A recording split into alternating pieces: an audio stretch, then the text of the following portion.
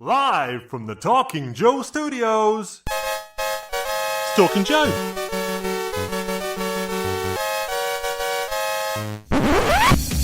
Talking Joe is on the air. Hey, it's me, Mark, and welcome to Talking Joe, the G.I. Joe Comics podcast. Now, today we've got a special episode because we will be talking about the lost comic book, Kung Fu Grip Heavy Metal. Lost no more.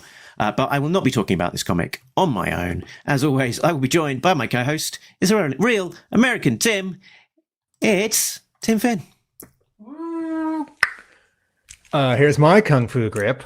Gonna grip this microphone and grip my headphones and grip my camera. Hello, Mark, and hello, listeners and viewers. Very good. Now, Tim, let's put this back on the screen. Today we'll be talking about Kung Fu Grip Heavy Metal, a previously lost comic. Now, you might remember that we have done an episode about lost Kung Fu Grip stories before, because not too long ago we did an episode talking about Ghost Story, which was the first of two webcomics. They appeared in 2007 on the Hasbro website, monkeybarTV minisite under hasbro.com. They released two web-only mini webcomics based on the Sigma 6 Kung Fu Grip toys, the two comics being Ghost Story, this one, and Heavy Metal, the second one. They were only available online via a Flash player. So previously, nobody thought to sort of take screenshots and capture it all. So basically, when the Flash player disappeared from the website, so did the comics, and they were believed just lost to the winds of time. But thanks to some excellent detective work from Talking Joe Facebook group member Ed Mundy, we can announce that the Heavy Metal comic has also been found. So long believed lost, not seen in many years. Well done, Ed, for tracking this down. Before, just, up until very recently, the only thing that existed for this was a teeny tiny thumbnail image of the cover and some brief notes on what the remembrances of what the comic contained. But we can actually now bring to you the comic itself. Tim, thoughts before we get too stuck in? I very much appreciate these efforts to find something that has been thought to be lost. And I have a couple movie theaters near where I live that will play old movies, and they will play old movies on film, on 35 millimeter film, not just DLP, modern digital projection. And I've been aware since high school that film degrades over time, right? It fades, it can catch mold and vinegar syndrome, and you have to keep it. You have to store it properly, right? You have to keep it away from humidity and light. And the same goes for paper, for memos and artwork, paintings. Maybe you have a box in your home or apartment, like a board game, or maybe it's just a board game, and it's been facing the window for a year or 10, and the front of it that faces the window is faded or bleached, and you look on the side and you can still read what it says, like, oh, Monopoly, right? And I am very aware of objects, book covers, artwork, film, etc., that degrades over time. And by the way, hard drives, that's its own separate category. Hard drives just stop working. But in my research for my G.I. Joe book, I have found things that maybe weren't considered lost, but were, in a former animation professional or toy industry professional or comic book professional's home. And wasn't readily available, hadn't been scanned and put online, isn't on YouTube. And whether it's footage like an old TV commercial or artwork, when it has been found and rescued, when it can be shared, I'm so excited and grateful. And it's two things here. It's sort of securing and presenting, and also saving or restoring or protecting. And Ed Mundy and also Mark, because you did the investigative work on the previous Lost Kung Fu Grip G.I. Joe online only story. It seems like sort of a small thing and maybe a silly thing, because these are not the best G.I. Joe comic books ever written and drawn. And Sigma 6 is not the favorite version of G.I. Joe. And, we're looking at this cover right now, and it says G.I. Joe, a Real American Hero. And on the bottom, it says Kung Fu Grip. And it says nowhere on the cover, Sigma 6. So even at this point is it 2006, 2007? 2007, yeah. Hasbro is, sort of changing or figuring out like what it wants this branding to be. All that said, this was an official G.I. Joe release. There was a time when people could see it, and for free. And I very much appreciate that we can see it again. And since Mark and I are always on the lookout for G.I. Joe comics to talk about, if we've got a week where there isn't something regularly scheduled, and we can find something a little obscure, or something like this quite obscure, I'm very excited. Very good. So let's talk about where this comic book came from. It was brought to us by the same team as the first of these two issues. So script by Andrew Dabb, who not only brought us the first Kung Fu Grip story, Ghost story, but also the Sigma 6 cartoon from Devil's Due. The Sigma 6 comic book from Devil's Due. The Sigma 6 comic book from Devil's Due, thank you. Art is by Joe Abraham, and he is an American comic book illustrator. He's best known for his work as the artist on the comic Hero Squared, published by Boom Studios, and also worked on comics for Warhammer 40,000 and Cthulhu universes. Wait, let's go. Hero Squared, that was written by J.M. DeMatteis and Keith Giffen, and that was them doing a creator-owned superhero book at a smaller publisher that wasn't Marvel or DC, sort of in the vein of their funny Justice League International. Okay. Joe Abraham, artist of this. All right. Please continue, Mark.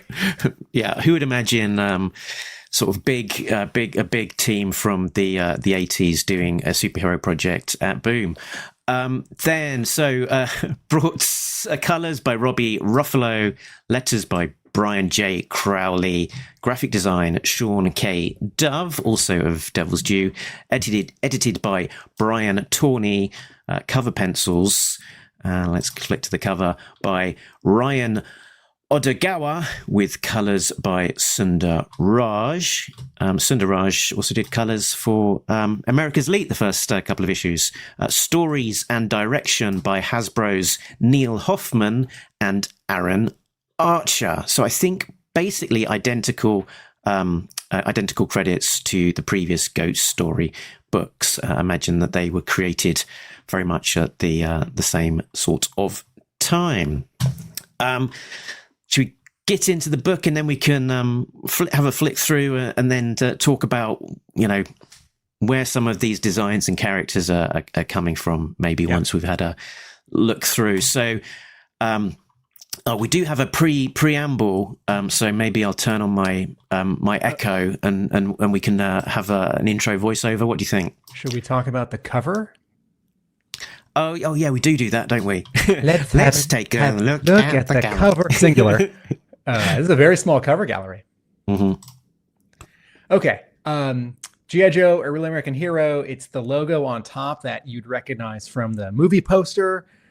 for Rise of Cobra, and also the toys of 2007 or so. Snake Eye, top quarter of the cover is white and a light blue with sort of a burst. There's no physical background. It's just this color gradient. Snake Eyes is in an exosuit from Exo Squad. I mean, what's the thing from G.I. Joe from 93? A power suit? Well, to be, it looks very much like those exosuits that they had in various points in the G.I. Joe line. This one is very much leaning into, and by leaning into, I mean just using and promoting and making an advert for the G.I. Joe Metal Mayhem suit that was part of the Sigma 6 line. And I think Sigma 6 was weird because it had two versions. Basically, they had a little dinky version, and then they also had a bigger version as well. So we should be specific. The small version is like a 2-inch line, and then the bigger version was 8 inches. I lost this trivia question at Assembly Required just a week ago. And I was just having to double check myself. This Metal Mayhem suit was in the larger 8-inch commando scale. So this one was, fairly sizable, exoskeleton suits. Put in mind, Aliens, Ripley, the Ends, Powerlifter. Not a million miles away. I think we can guess that this is the largest Sigma 6 toy because maybe the 8-inch line did not have vehicles. That's 2-inch line, or maybe it was 2.5 inches. I don't remember. Was so that they could do vehicles. Notice here how the left hand of the Metal Mayhem has a prop piece of metal that it has squeezed, that it has gripped in its Kung Fu grip. Okay. So can you click back to the, okay. So on the cover, Snake Eyes is in this exosuit. He is standing in it, and it's sort of, wrapped around him. He's sort of strapped into it. His arms and fists are up and forward, and so are the exosuits.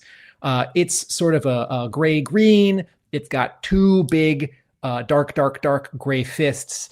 It is punching a couple Cobra bats, which don't look anything like the 1986 or the 1990 bats from the Real American Hero line.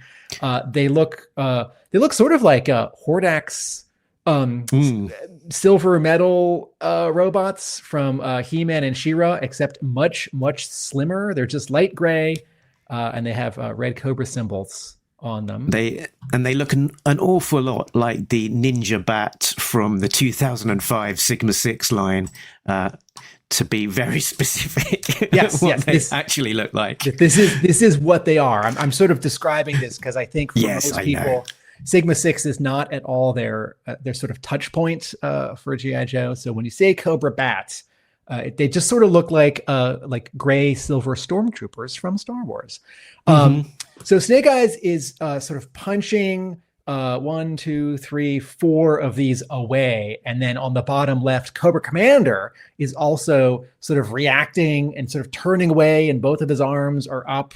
And this is a fun costume for him that has a little bit of red on his helmet. It manages to both combine hooded Cobra Commander and masked Cobra Commander because he has elements of both. And then he has a red cape, and he's saying, "My bats are nothing against the G.I. Joe's Kung Fu grip."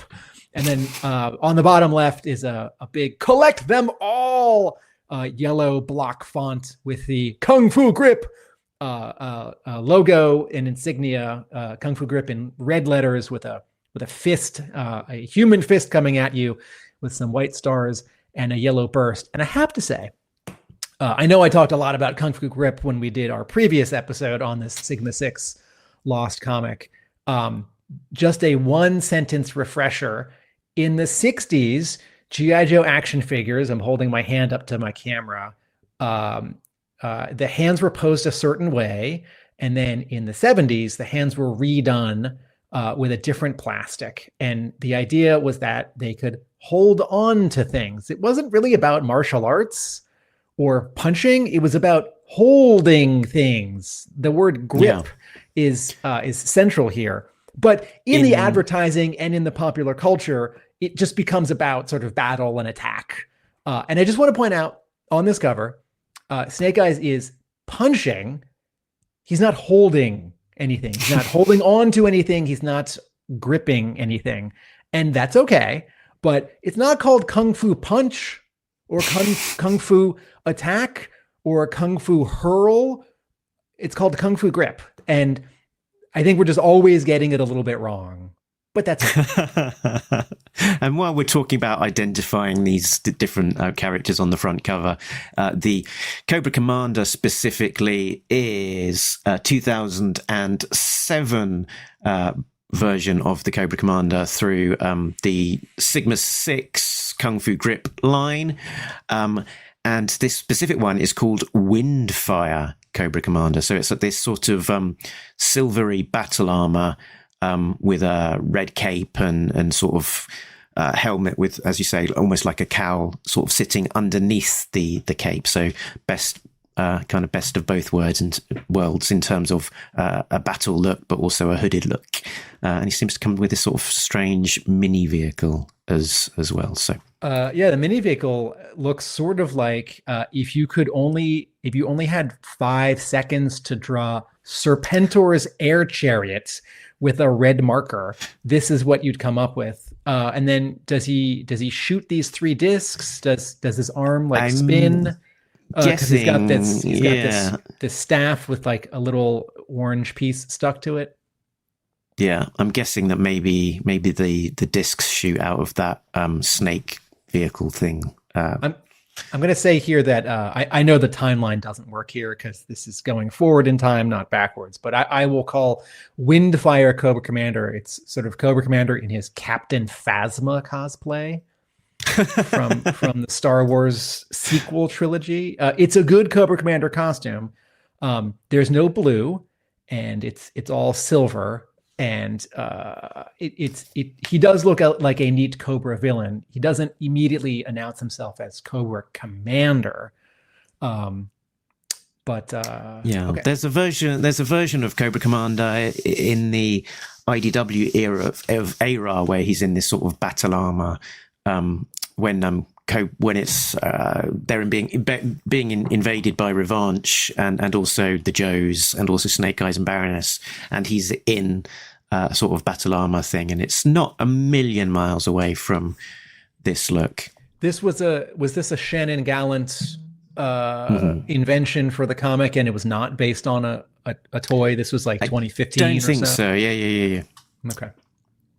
All right, so back to Sigma. Mark, we didn't come up with you didn't come up with a Sigma 6 jingle for Talking Joe. And if there are only 3 episodes ever of Talking Joe, the one where we read all 6 issues and also watched the first episode, that other lost comic and this lost comic, maybe it's not enough time, but just as I just want to plant this as a back burner idea, what would a Sigma 6 Talking Joe jingle be? Because there is that TV theme song, which is sort of catchy, Sigma 6. Mm-hmm.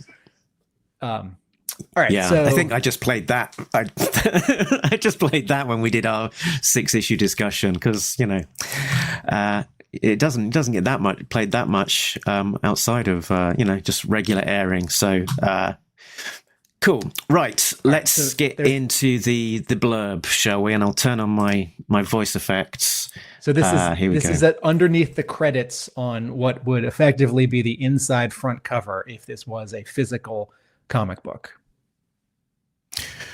2 hours ago, an earthquake struck the sleepy town of Twilight Falls, Montana, destroying it and leaving dozens of families homeless. 30 minutes later, Cobra Commander took credit for the Twilight Falls disaster, revealing his devastating new weapon, the Aftershock, a machine capable of triggering catastrophic earthquakes anywhere in the world. Cobra Commander demanded that the President release 36 captured Cobra soldiers, or the Aftershock's next target would be Washington, D.C. Can I point out that underneath these two paragraphs in the indicia, the title of this comic book is G.I. Joe Kung Fu Grip, Volume 1, Issue Number 2, May 2007, first printing. So I think there was a good chance that this was going to be printed as a physical comic book. And I'm going to go a step further and guess that it might have been a mini comic included with a toy. Yeah, that feels like a good bet. I mean, given turn it's your, you want to turn your effect off? What about now? Yes. Yeah, given it's a digital comic, it does seem weird to call it first printing. So yeah, I think you're probably right. Because I mean, technically, there's this like JPEG of a screen cap of a ping of a SWF file is not a first printing. Whatever it is we're looking at, it's a copy of a copy. So there's an awful lot of exposition there. So, hold that in your mind as you go into the comic. I know I can't. And then, boom, we're in media res. I think that's what clever people like Tim call it. Sort of, starting right in the middle of the action. And we've got a countdown in this comic that continues as a sort of a storytelling technique through the issue in little grey boxes surrounded by green. We've got a ticking countdown. Here we are. Cobra Commander has done something. So he has what did he say he's going to do? What's the 30 minutes? 30 minutes later. He's going to destroy the Capitol or the White House, or yeah, I've already forgotten. Yeah, just click back one page. Yeah, because it's 30. The 30 minutes that is quoted is 30 minutes. Catastrophic earthquakes anywhere in the world. Okay, catastrophic earthquakes anywhere in the world. Next target would be DC. Okay. So, let's assume that it's 30 minutes till DC is destroyed. Oh, yes, they say that. 29 minutes until Washington. I don't know that quite lines up with the description that we just heard earlier, but let's go with it. Let's assume we've got a 30-minute countdown to the destruction of DC.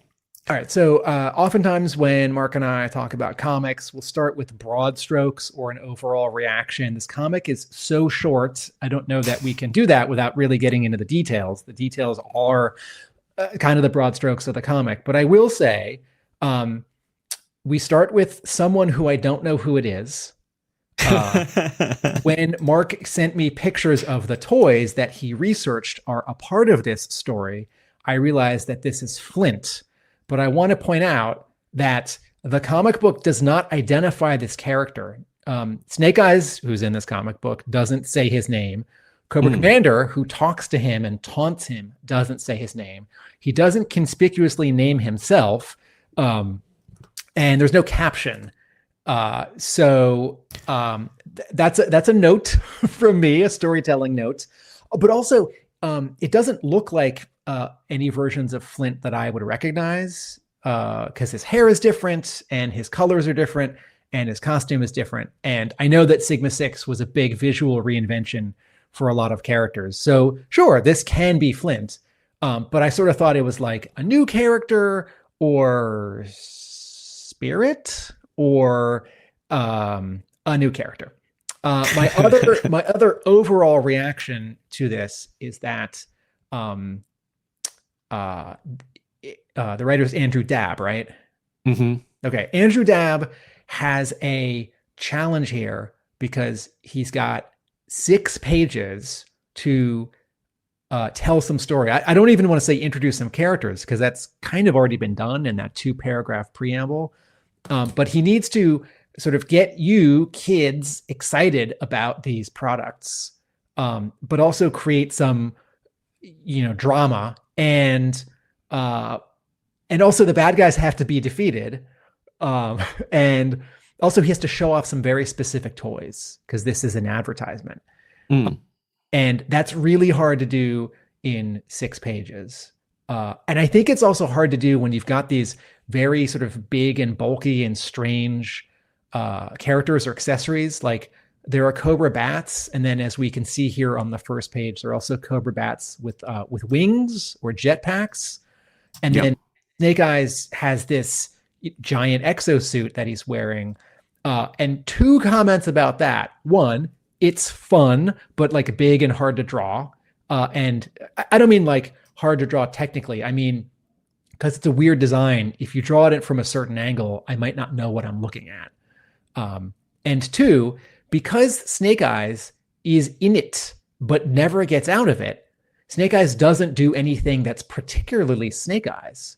He doesn't use a sword. He doesn't do martial arts. He doesn't climb or jump or swoop or like stealthily creep along. He just runs and smashes things, and that's okay. But any Joe could have done this, but this has to be Snake Eyes because when you buy the Metal Mayhem exosuit toy, it comes with Snake Eyes. Yeah, there we go. Okay.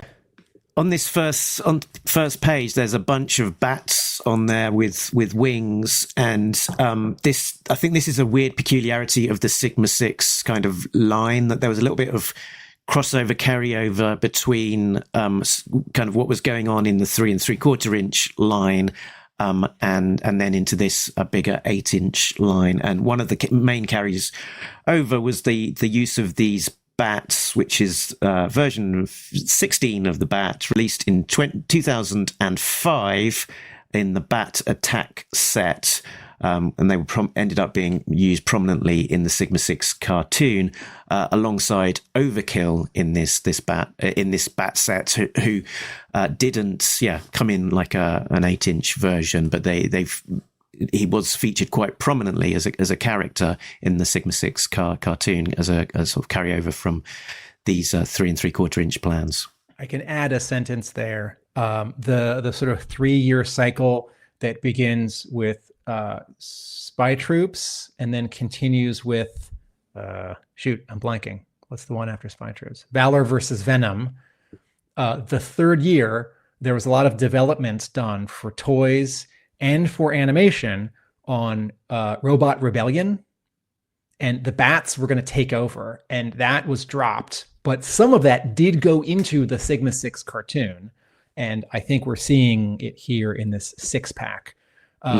Was this 6-pack, was this a store exclusive? Because at the time, there were a lot of multi-pack store exclusives at the 3 3/4 inch scale. And what we're seeing here is 2 bats that are the same, and then 3 bats that are the same, and then 2 other bats that have some different parts, and then Overkill, who's got kind of a human half face and maybe some reused parts from the neck down. This wasn't. This doesn't appear to be a store exclusive, actually. Yeah. Okay. All right. So back to the first page. Mark, what's happening on the first page? So this guy that we don't know who he is shouting up at Cobra Commander. It's Flint. Surrender, Cobra Commander. Surrender, fool. The snake's pit's defenses could wipe out an army. And you expect me to surrender to one man? Do you really think you can stand against the power of Cobra alone? And he is very much surrounded here. But he's been a bit cocky. Oh, I'm not alone. As we get a page turn and a heroic hero shot reveal of Snake Eyes in the Metal Mayhem suit, sort of charging on, sort of making short work of these bats. Cobra Commander seems to retreat. Snake Eyes, this is very much an action comic, lots of action, not too much cerebral stuff going on here. The countdown is continuing through. He's going a lot slower than you might expect. If we think back to Jinx, the amount of stuff that Jinx could accomplish in a single second, here, we're starting at 29 minutes, flick over a page. Snake Eyes is charging, and he's lost 4 minutes already. So it's 25 minutes, and then turn the page again as he crashes through the wall. 20 minutes. He's taken 10 whole minutes to do just a few paces to smash through that wall. Tim, this is my other broad strokes reaction to this comic, which is that I like the device that there's a countdown from 30 minutes.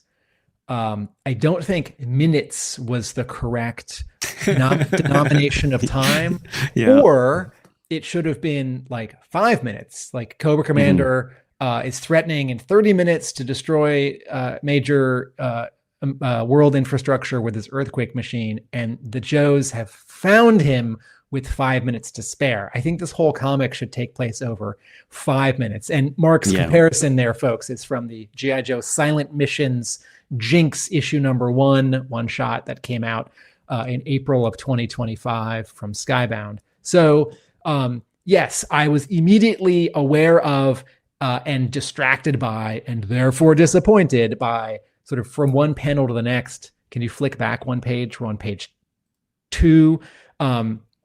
It takes Snake Eyes 4 minutes to run from pretty near Flint, because at the bottom of page 1, as he says, "Oh, I'm not alone," there's a sound effect above him, which is like TMMM or THMM, like thumb, thumb, thumb, thumb, like the footsteps of Snake Eyes in the Metal Mayhem getting closer and closer. So by cementing these panels to very specific times within this 30-minute countdown, the story is really slowing down the action from one page to the next, from one panel to the next. And I can believe like it would take 4 minutes to trash all these bats if they were putting up a fight, and if there were a couple more pages of Snake Eyes doing fight choreography. But 4 minutes passes over 2/3 of a page, and then can you go forward a page? As you just said, it takes another 5. Wait, sorry, go back.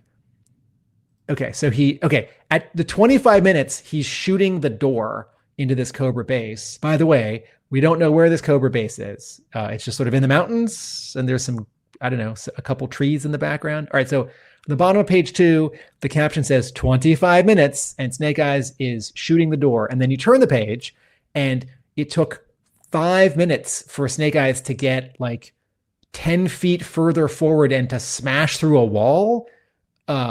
That's funny.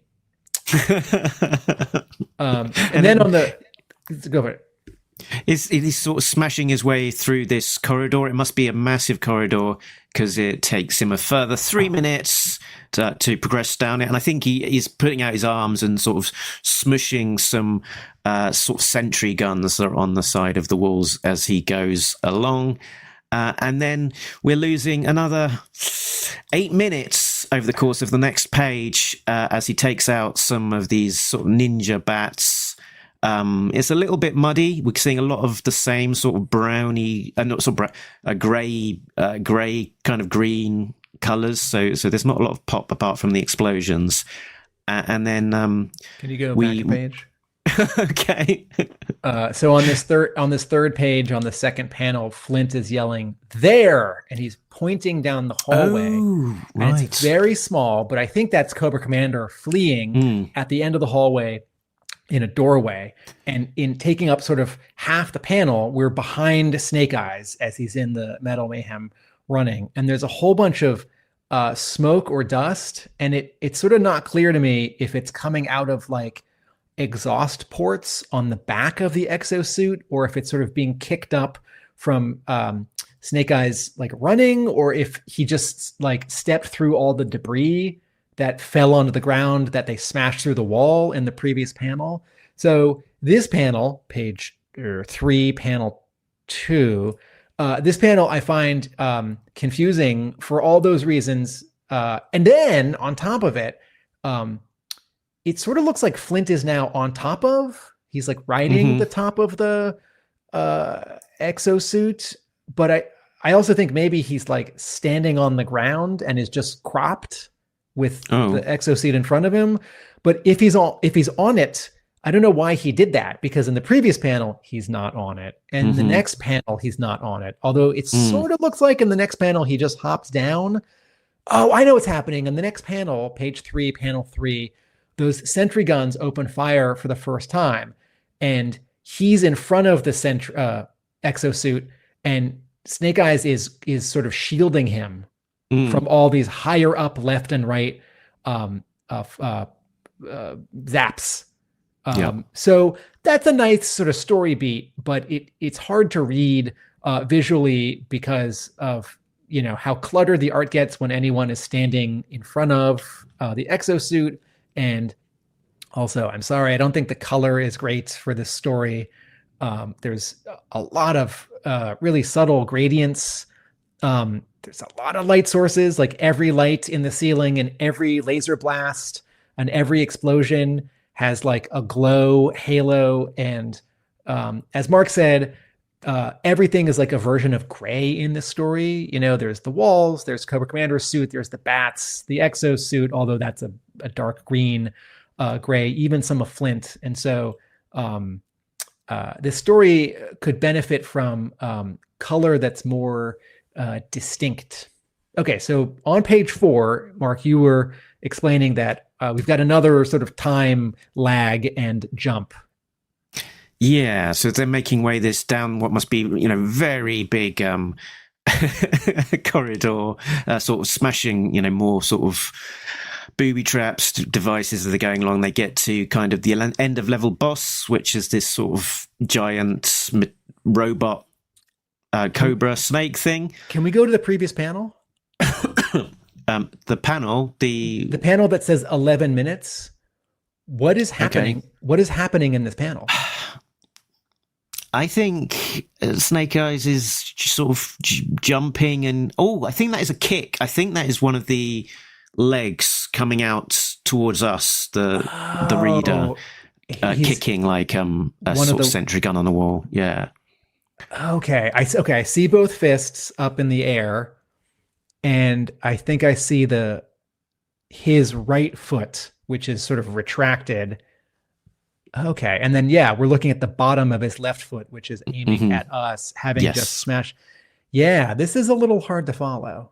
And this is a lot like drawing Transformers comics. You can't just draw any Transformer from any angle because it doesn't always read. And you can't just do, like, if you draw a close-up of Spider-Man's shoulder, just about everyone understands what you're looking at because his costume is simple and there are certain parts of it that are red and certain parts of it that are blue. But if you draw a lot of Transformers shoulders, just a close-up of their shoulder, like Optimus Prime, yes. Bumblebee, probably. Ultra Magnus, maybe. Dreadwing, no. Right? Like, any Transformer from 1988. It's like, who's that? Okay, so handing it back to you, Mark. This level boss shows up on the bottom panel, the one that's marked 7 minutes. And what is it?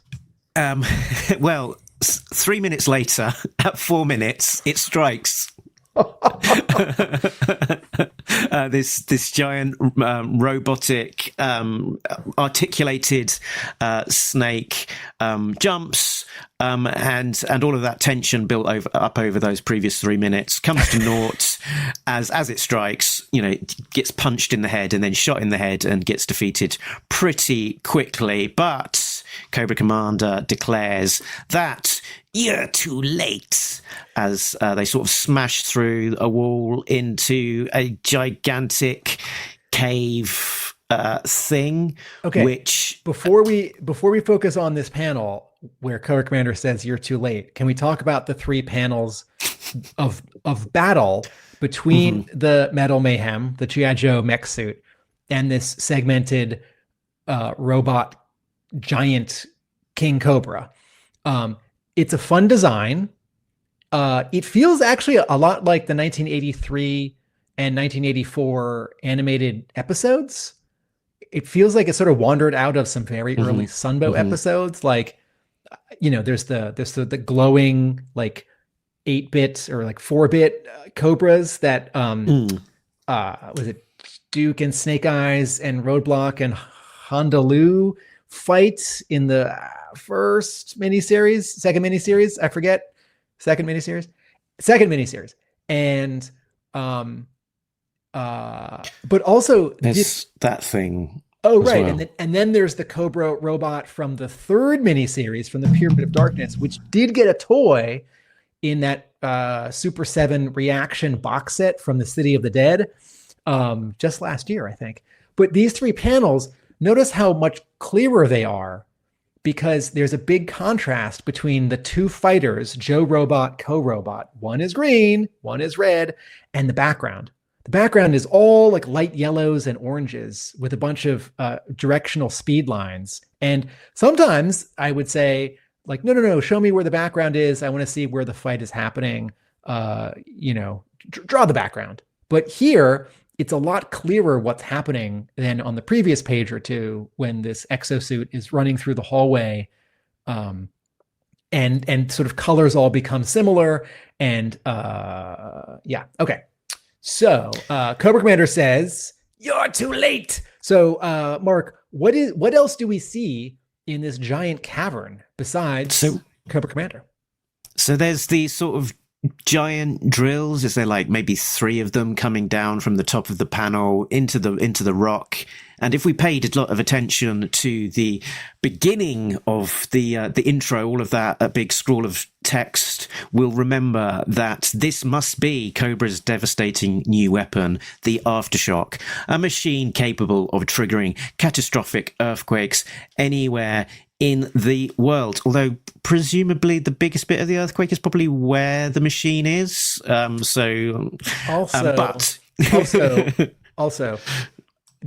an aftershock is something that is less bad than the earthquake, or maybe as bad as it, but generally less bad, and it happens later.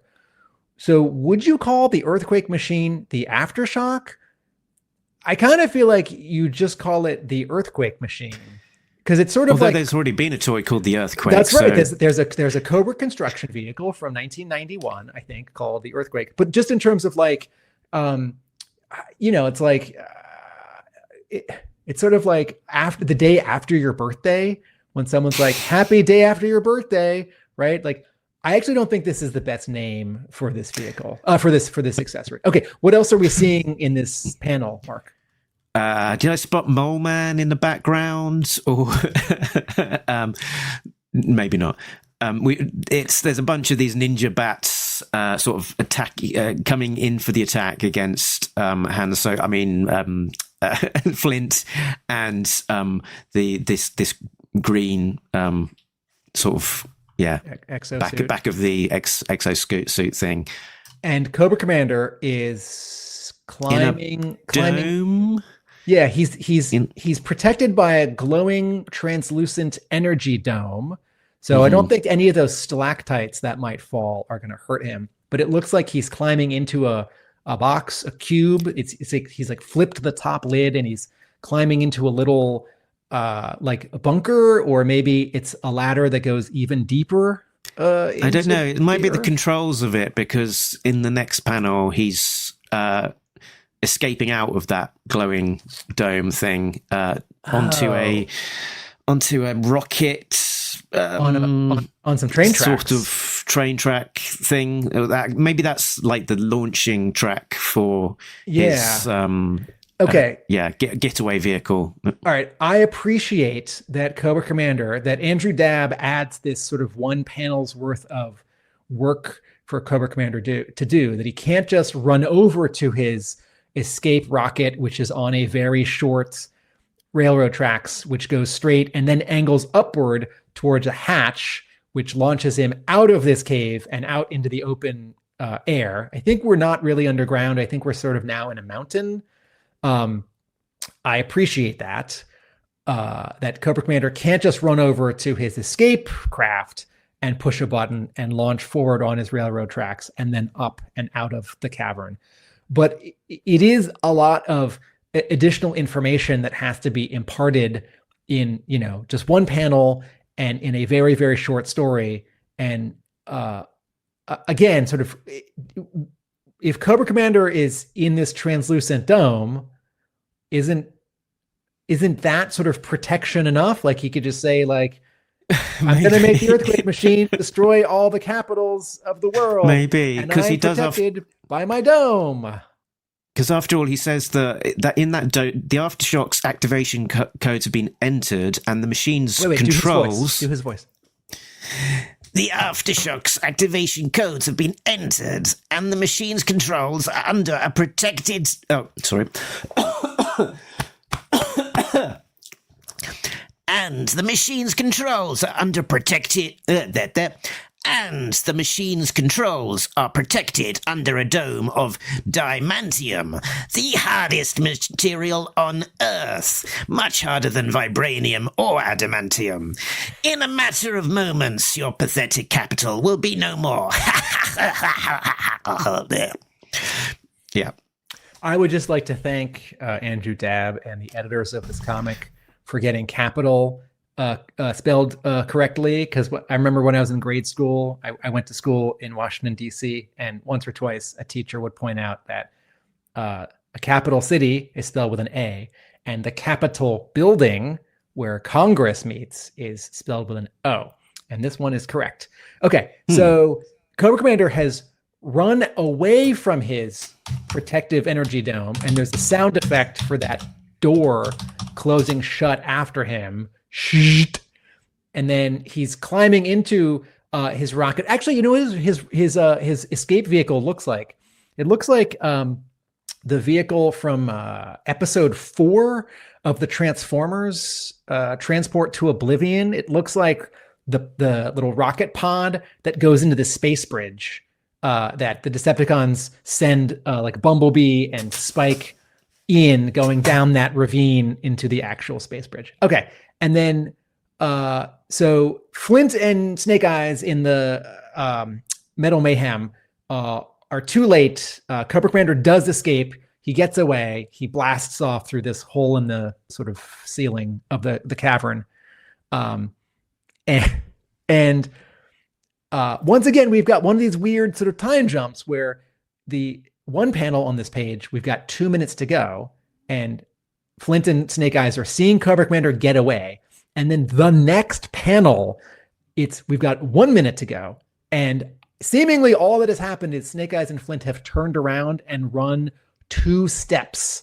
And Flint is saying, we have to destroy that computer. Use the Metal Mayhem's Kung Fu grip. And he's pointing. And Snake Eyes in the robot suit is running back to that semicircle dome that Cobra Commander did something from. And now Mark has turned the page to the final page of this comic, and we've gone from 2 minutes to go to 6 seconds to go. So 1 minute and 54 seconds went by, and it took Snake Eyes that long to run another, 15 feet, and to slam his robot hand down on the top of this glowing, translucent metal dome. And it has a sound effect of him slamming his fist on it and squeezing. The sound effect is thak, Thak. And then, Mark, tell us about the continued urgency of time on this page. Well, with 6 seconds, 5 seconds, 4 seconds, 3 seconds, crack-a-doom. And they did it with 2 seconds to spare. Nice work, Snake Eyes. This dome is made of the hardest material on Earth, but not as hard as a Kung Fu grip, Metal Mayhem exosuit controlled by, let's not forget, a ninja. Okay, so besides, here's the weirdest contrast of this time, the elapsing of time in this very short comic. On the previous page to this page, we spent 1.5 minutes plus getting like 10 feet and turning the page. And here, between one panel and the next, we go from 6 to 5 to 4 to 3 seconds. So each second is counted off, and only 3 seconds elapses for Snake Eyes with this giant robot hand to squeeze this glowing dome and to shatter it and to sort of break his fist through it. And again, this page was exciting with this countdown. And I feel like if you just whited out all of the like 30 minutes, 10 minutes, 5 minutes in this whole story and spread out, if this whole story took place over like 120 seconds, it would work. But as soon as you're having like 10 minutes elapse from one panel to the next, and then like 1 second elapse, and comics can do that. This is not a violation of the rule of comics.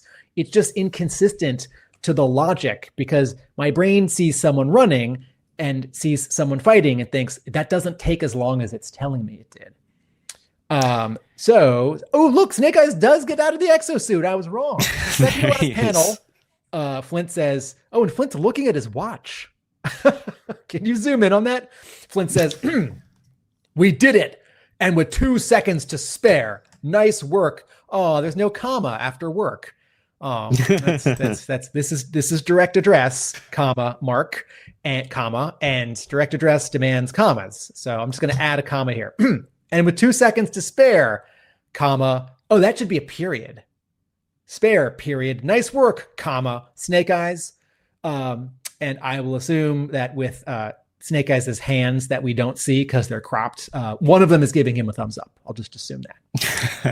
And then in the final panel, the camera has now backed up like 40 feet to the other side of the cavern. Flint has his hand behind his head, like he's scratching his head, like he's surveying all the damage. Like, wow. And Snake Eyes is standing next to him, and we see 1, 2, 3, 4, 5, at least 5 trashed. Are these actually ninja bats, or are they just bats, Mark? These are the ninja bat things. These are actually ninja bats. Okay. And we see, right, ninja bat. Thank you. And on the right side of this panel, we see the sort of circular hole in the cavern wall that they smashed through 2 pages ago. And in that distance, we see the sort of silver hallway, the metal hallway where they were running, and part of that robot snake. So we see a red robot segmented snake body. And I do appreciate this as an establishing shot to sort of connect the space of the previous quote level, I mean like video game level, to this one. And then it says the end. It's not quite a punchline, but Flint is ending the story for us on a bit of a light note. Like, I actually feel like what the story demands is that this dialogue is, the Metal Mayhem was successful, but Cobra Commander got away for now. The end, as opposed to, and you know what I'm hearing here. Actually, I'm not hearing Flint's voice from the Sunbow episodes. I'm hearing Flint's voice from the Deke episodes, and remind me to use Metal Mayhem more often. Wow, just a very soft, pleasant delivery. Also, it's not called the Metal Mayhem; it's called Metal Mayhem. Okay, Mark, I've described the final panel. Now that we're at the end, how do you... Okay. One story point as well. Yeah. They describe where he says, the Aftershocks activation codes have been activated. The machine's controls are protected under a dome of diamantium. So obviously you'd have to get through the dome. And then once you're through the dome, you'd have to do some, complicated hacking to put in, undo the activation code, or maybe just smash the dome and maybe the console underneath it, and that does it.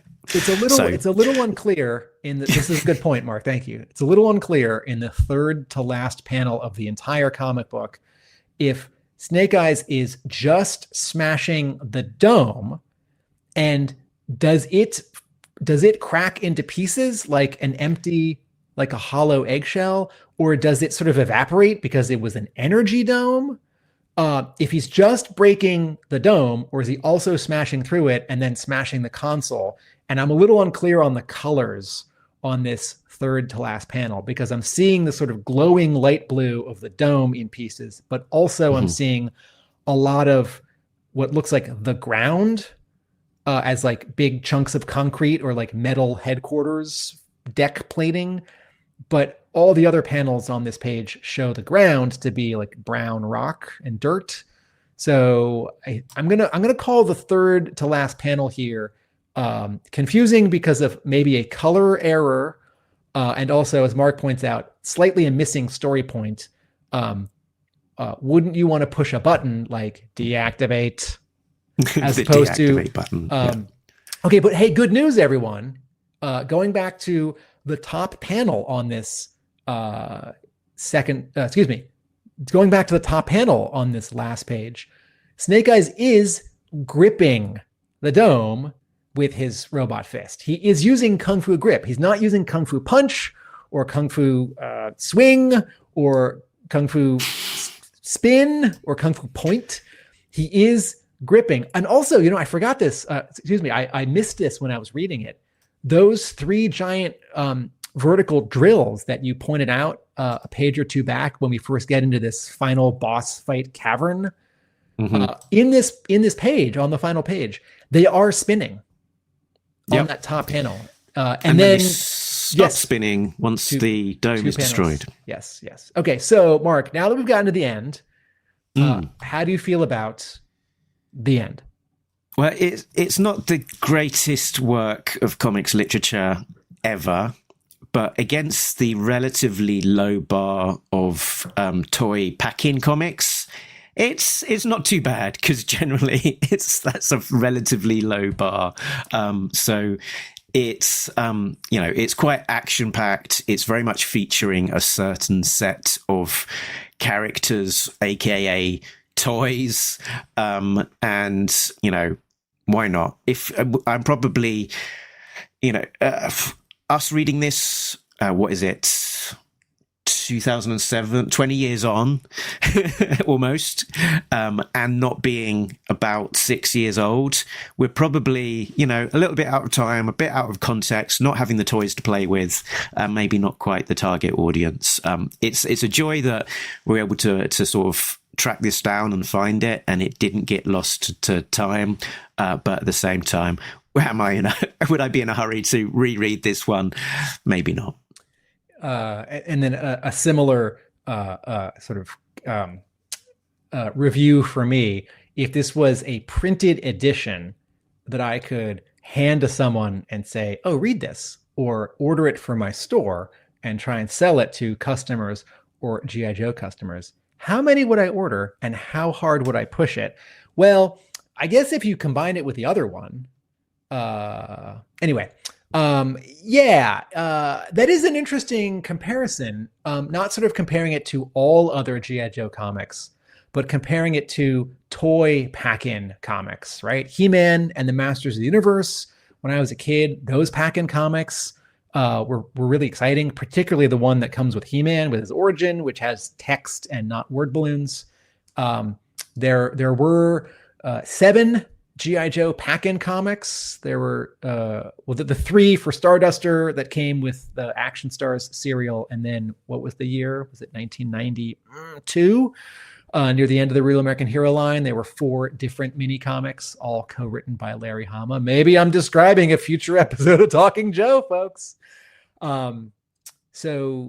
Yes, when you've got a very small space per page and very few pages, it's a tall order to introduce characters, tell a compelling story with some stakes, wrap it up. Maybe it's funny, and also have everything be clear.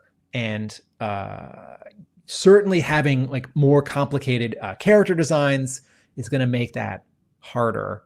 But to the extent, here's my wrap up thought, Mark. To the extent that Sigma 6 is this like 2.5 year island of G.I. Joe that overlaps with many other versions of G.I. Joe at the time, because there were different scales and there were different stories, and Devil's Due was doing its own thing unrelated to the toys that were happening at the time. It's fun that there are some additional stories for Sigma 6, and I love pack-in comics, even if they're insignificant and sometimes disappointing. And I'll just pretend that these were physical objects, and all the smart kids and collectors who did buy Sigma 6 and thought, oh, this is an incredible toy line, and people are so dumb for grumbling at it and not supporting it because the actual toy design and accessorizing of it is so great. And hey, it comes with a little comic. That's cool. Very good. Now, if you are on the patreon.com/talkingjoe, I will be putting up the images for this particular comic so that you can have a look at those without having to see them all on the screen here. So head on over to patreon.com/talkingjoe and you can find the whole comic there. A big thanks to all of our Patreon backers, Richard, Sam, Bill, Rob, Shane, Simon, Chris, Joe, Craig, Frank D, Shane V2. This one has got a giant robot suit. Infinite Entertainment, Patrick, Gary V, and Coldroff. They are getting early access to episodes as well as other exclusives, like seeing all of this comic a little bit before everybody else. But yes, I will put up a post which will be free to access, and you don't have to be a paid Patreon member to read the comic there. And Tim, where can you be found when you are not talking to me about previously lost digital comics from almost 20 years ago? Folks, you can watch smart, funny, and thoughtfully researched video essays on television and film at my YouTube channel, which is at Atomic Abe. I have a brick and mortar comic book store just a few miles outside of Boston, Hub Comics, and I write about G.I. Joe at my blog, arealamericanbook.com. And we post podcasts and video episodes weekly. You can find out all of the details over at talkingjoe.co.uk. That is the website that points you to all of the places where we can be found. YouTube, podcast, audio only, Facebook group, Twitter, Instagram, all of that stuff. So I think, Tim, we are done talking Kung Fu Grip heavy metal for now. But before we go, are you able to remind our listeners of just an important closing thought? Talking Joe, Talking Joe. How does the Sigma 6 theme go? Well, anyway, nobody beats Talking Joe, an international podcast. Laters.